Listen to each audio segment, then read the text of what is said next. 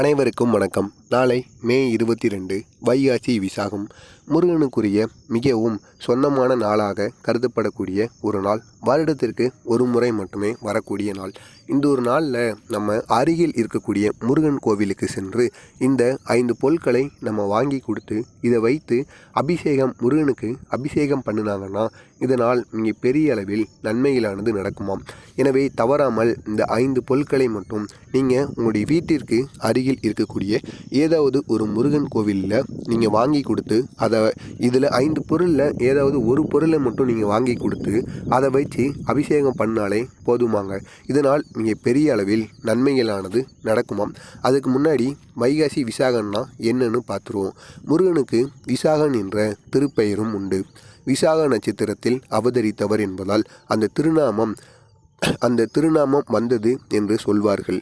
அதேவேளை சாகன் என்றால் சஞ்சரிப்பவர், வி என்றால் பறவை என்று பொருள். விசாகன் என்றால் பறவையின் மீதேறி சஞ்சரிப்பவன் என்று பொருள். மயில் என்னும் பறவையின் மீதேறி முருகப்பெருமான் சஞ்சரிப்பவர் என்பதே விசாகன் என்பதன் பொருளாகும். முருகனுக்கு மயில் இருக்கும் அல்லவா, அந்த மயிலுக்கும் நாளை உங்களால் முடிந்த அளவிற்கு ஏதாவது ஒரு தானத்தையும் இல்லைனா தானியத்தையும் நீங்கள் பொருளாக போடுங்கள். இதனால் இங்கே பெரிய அளவில் உங்களுக்கு நன்மைகளானது நடக்கும். அதற்கு முன்னாடி நம்ம நாளைய நாளில் முருகனுக்கு அந்த 5 பொருட்கள் என்னென்ன பொருட்கள், அதை வைத்து நம்ம எப்படி அபிஷேகம் செய்யணும் அப்படின்னு பார்க்குறதுக்கு முன்னாடி மறக்காமல்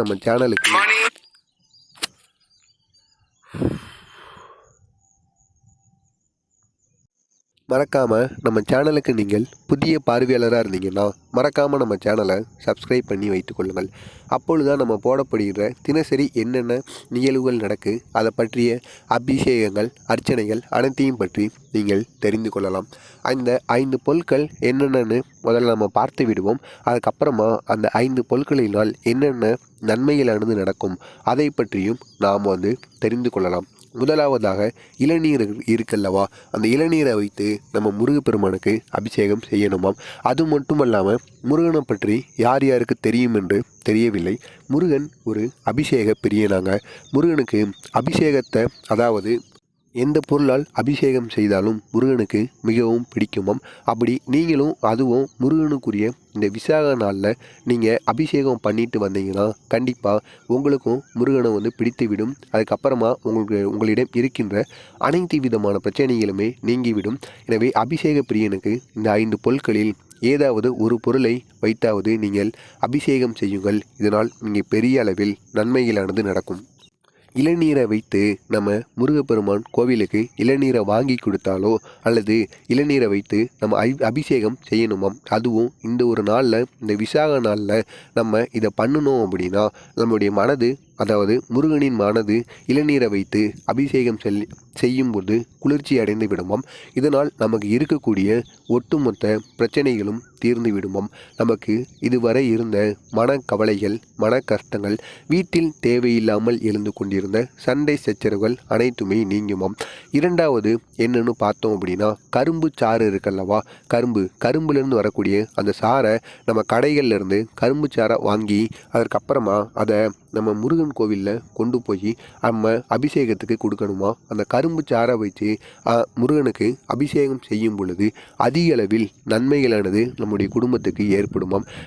கரும்பு சாறு அவ்வளவு இனிப்பாக இருக்கும் அல்லவா, அதனால் அதிலிருந்து வரக்கூடிய அந்த சாரானது முருகன் மீது படும் பொழுது நமக்கு இதுவரை இருந்த எதிரிகள் தொல்லைகள் அனைத்துமே நீங்கிவிடுமாம். அது மட்டுமல்லாமல் நமக்கும் நமது குடும்பத்திற்கும் அதிக அளவில் நன்மைகளானது நடக்கவும் அதிகப்படியான வாய்ப்புகளானது இருக்கின்றதாம்.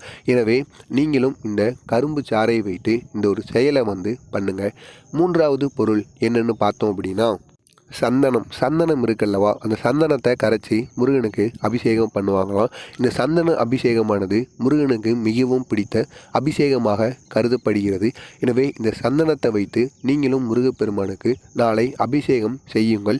இதனால் அதிக அளவில் நன்மைகளானது நடைபெறும். இதுவரை உங்களது வீட்டில் திருமணம் ஆகாமல் இருக்கும் அல்லவா, அப்படி திருமணம் ஆகாமல் பெண்களோ ஆண்களோ யாராக இருந்தாலும் அவர்களுக்கு விரைவில் திருமணம் ஆகணும், இல்லைனா நினைத்தது நடக்கணும் அப்படின்னு நினைப்பவர்கள் அனைவருமே இந்த சந்தனத்தை வைத்து அபிஷேகம் செய்யுங்கள். கண்டிப்பாக நீங்கள் நினைத்தது நடக்கும்.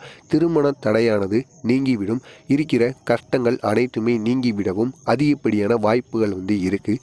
அதுக்கப்புறமா தயிர் இருக்கல்லவா, தயிரை வைத்து நம்ம அபிஷேகம் பண்ணணுமா? இப்படி நம்ம தயிரை வைத்து, தயிரை பற்றி நம்ம அனைவருக்குமே தெரிஞ்சிருக்கும். அது குளிர்ச்சியாக இருக்கும். அந்த குளிர்ச்சியான தயிரை கொண்டு, சுத்தமான இருக்கக்கூடிய அந்த தயிரை கொண்டு நம்ம அபிஷேகம் செய்யும் பொழுது முருகப்பெருமானோட மனது முழுமையாக இறங்கிவிடும். நமக்கு இருக்கக்கூடிய கஷ்டங்கள், கவலைகள், துன்பங்கள், என்ன பிரச்சனைகள் எதுவாக இருந்தாலுமே அது அனைத்தையுமே முருகப்பெருமான் நீக்கி நம்மளுக்கு புதியதான ஒரு வாழ்க்கையை அவர் வழிவகுத்து கொடுப்பாராம். நம்மளுடனே இருந்து நமக்கு எந்தவித பிரச்சனைகளும் வராமல் பார்த்து கொள்வாராம்.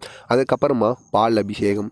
முருகனுக்கு மிக மிக மிக பிடித்த அபிஷேகம்னா அது பால் அபிஷேகம். முருகனுக்கு எல்லா அபிஷேகங்களும் பிடிக்கும். இருந்தாலும் இந்த பால் அபிஷேகம் என்பது அனைத்து விதமான தெய்வங்களுக்குமே பிடிக்கும். அதனை போன்று முருகனுக்கும் பிடித்த அபிஷேகம். இந்த பால் அபிஷேகத்தை நம்ம பண்ணணும்னா இதுவரை நமக்கு இருக்கின்ற பிரச்சனைகள், கஷ்டங்கள், துன்பங்கள், துயரங்கள், எதிரிகளால் வரக்கூடிய துன்பங்கள், வினைகள் அனைத்திற்குமே ஒரு பதிலடியானது கிடைக்கும். தொழிலும் நல்லபடியாக நடக்கும். தொழிலும் அது மட்டும் இல்லாமல் கவர்மெண்ட் எக்ஸாமுக்கு படித்து கொண்டிருப்பவர்கள், குழந்தைகளின் படிப்பு மேம்பட வேண்டும் என்று அனைவரும் கூறியிருப்பார்கள். அது அனைத்துமே சிறப்பாக அமைவதற்கு இந்த ஒரு செயலை மட்டும் நீங்கள் செய்யுங்கள். இந்த 5 பொருட்களால் அபிஷேகம் செய்து பாருங்கள். கட்டாயம் உங்களுக்கு இங்கே பெரிய அளவில் நன்மைகளானது நடக்க அதிகப்படியான வாய்ப்புகளானது இருக்குது. இதை நீங்களும் செய்யுங்கள். உங்களுக்கு தெரிந்த நண்பர்கள், உறவினர்கள் அனைவரையும் இதனை செய்து வர சொல்லுங்கள். இதனால் மிக பெரிய அளவில் நன்மைகளானது நடக்கும். அபிஷேக பிரியனுக்கு இந்த 5 பொருட்களை வைத்து மட்டும் நீங்கள் அபிஷேகம், அதுவும் இந்த வைகாசி விசாகம் அடுத்து பிரதோஷம் இந்த 2 நாட்கள் முடிவதற்குள் நீங்கள் செய்து வாருங்கள்.